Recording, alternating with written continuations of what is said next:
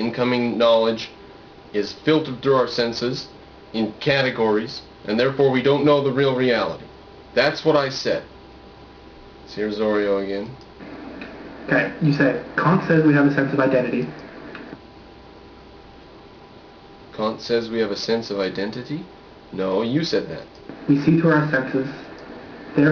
Yeah, that's when I said our consciousness has a specific nature. Therefore, what we experience is not true. Now, Kant's the one who said our consciousness has a specific nature, therefore what we said is not true. If it doesn't follow, it's Kant's fault, not mine.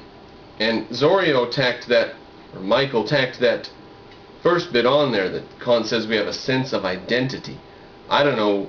I'm scared to know what you even mean by those words, Zorio. I think I know, but if I said what I think I know what you mean, you would be like, no, the word the, and so... That does not follow at all. It doesn't follow at all. Now, like I said, that's Kant's fault. Our consciousness has an identity, therefore we know nothing about the universe. The real world, the noumenal world's beyond our grasp. Because we have to see the world somehow, the knowledge we have is not of the real world. That doesn't follow. Right, Zorio, you're beginning to see the light. Identity. Kant calls this apperception. Essentially, when you experience the world, you don't experience the world directly. What you always experience is a reflex of you experiencing the world. Oh, great. So you don't experience the world itself. What you're experiencing is you experiencing the world.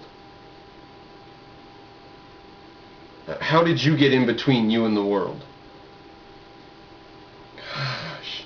So it's like, say you're looking through a video camera. You know that what you're seeing is not actually, well, as you're seeing it through a video camera. So it's just a lens, essentially. And the apperception is this brief glimmer of the idea that you are looking at this. That it's not that you're some sort of,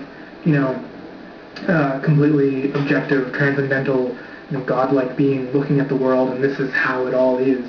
So you always... Now, that is an interesting... That is an interesting attitude in academia today. They demand omniscience of you. They demand that either you're looking at the world and you know everything, like he said, some perfect transcendental being. Either you know everything about the universe, or you're trapped inside your own subjective shell, out of which you can never even get a glimpse. One or the other. You know everything or nothing. They demand omniscience. If you say, I have any knowledge at all, they say, how could you know that? You don't even know this, or this, or this, or this, or this, or this, or this, or this. How could you know anything? You say, I know capitalism's good. You don't even know if you exist. How do you know capitalism's good? So... You are looking at this. That it's not that you're some sort of, completely objective, transcendental, godlike being looking at the world and this is how it all is. So you always know you, as a person, as a human being, as a rational subject and a rational agent, are the one experiencing the world. Now, I just want to introduce the objectivist view of this. Peikoff said, because of the way people take the view of subjective and that you can never know anything and all the skepticism, he says he takes the view that any knowledge you have is, by definition, absolute knowledge. Any knowledge you have. If you know that water flows through a pipe, you know that. Even if you can't explain turbulence inside the pipe, you still know water flows through the pipe. So the question is, does any explanation have to be infinite? Another example would be Aristotle said heavier objects fall faster than light objects. Now he was wrong about that fact, but he was right about the fact that objects fall. Even Newton, used the fact that objects fall. What do you know? 1,500, 2,000 years later, objects still fall. Galileo discovered they don't fall at different rates of speed for different sizes, but Aristotle did know that they fall, and that was absolute knowledge. He knew they fall. So, and then it's discovered that they fall at the same rate for different masses, And then it's discovered that if they move at the speed of light, things change, and discoveries are made, but at each stage the knowledge they have is absolute. Now, we knew absolutely you couldn't get a craft in the air that was lighter than air. You had to get some bit of air in it that was heavier than air, pardon me. You had to get some bit of air in it as lighter than air to carry it up. And that's so we had these balloons, and civilization had balloons for 100 years, 150 years probably, before we got to airplanes. A heavier than air flying craft is what the Wright brothers. Now, that doesn't mean that our knowledge of gravity is invalidated. Our knowledge of gravity is still absolute, even though something that's heavier than air can get off the ground and stay off the ground, because all of reality is interrelated. So you don't invalidate old knowledge by coming to new knowledge. You build on. Every step of the way you build upon certainty. Now that's why the scientific method is as good as it is, because it self-corrects. Every step of the way. If you take a false assertion, you take a false assumption and go forward, it will eventually show itself and correct itself.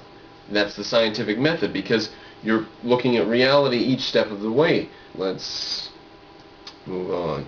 No, you, as a person, as a human being, as a rational subject and a rational agent, are the one experiencing the world. And they keep saying the word rational, and then they destroy it all and say we just have to have faith in everything, and reason can come to contradictions reasonably, therefore reason is useless, and then they'll use the word rational without blushing and call you a rational being and say all the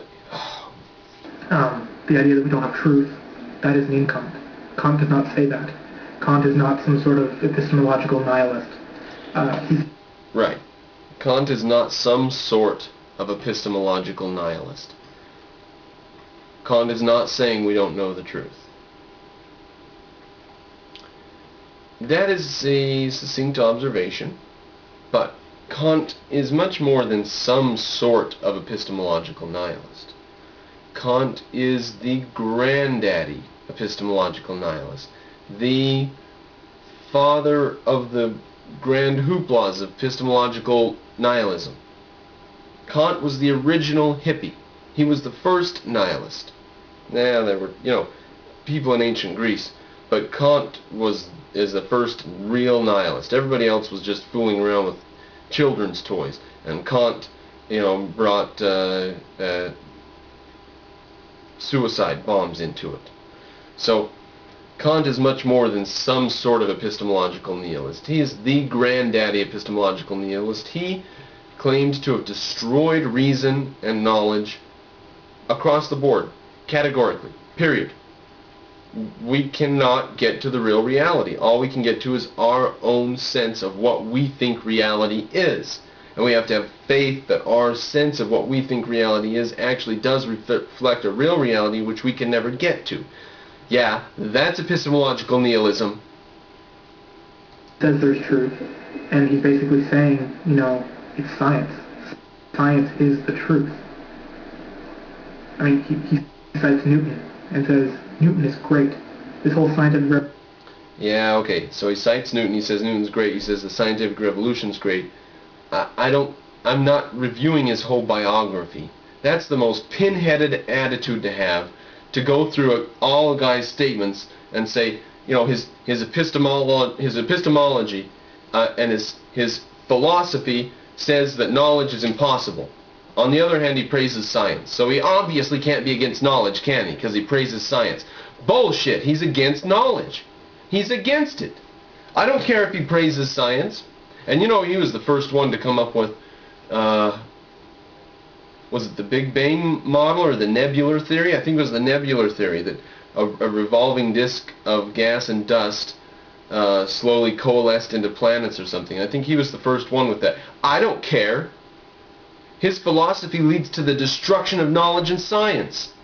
I don't care what his grandma said about science, and I don't care what he says about science. It doesn't matter what he says about science. We're talking about the epistemological nature of his philosophy, not his frickin' biographical details. Now, for somebody who's criticizing me of being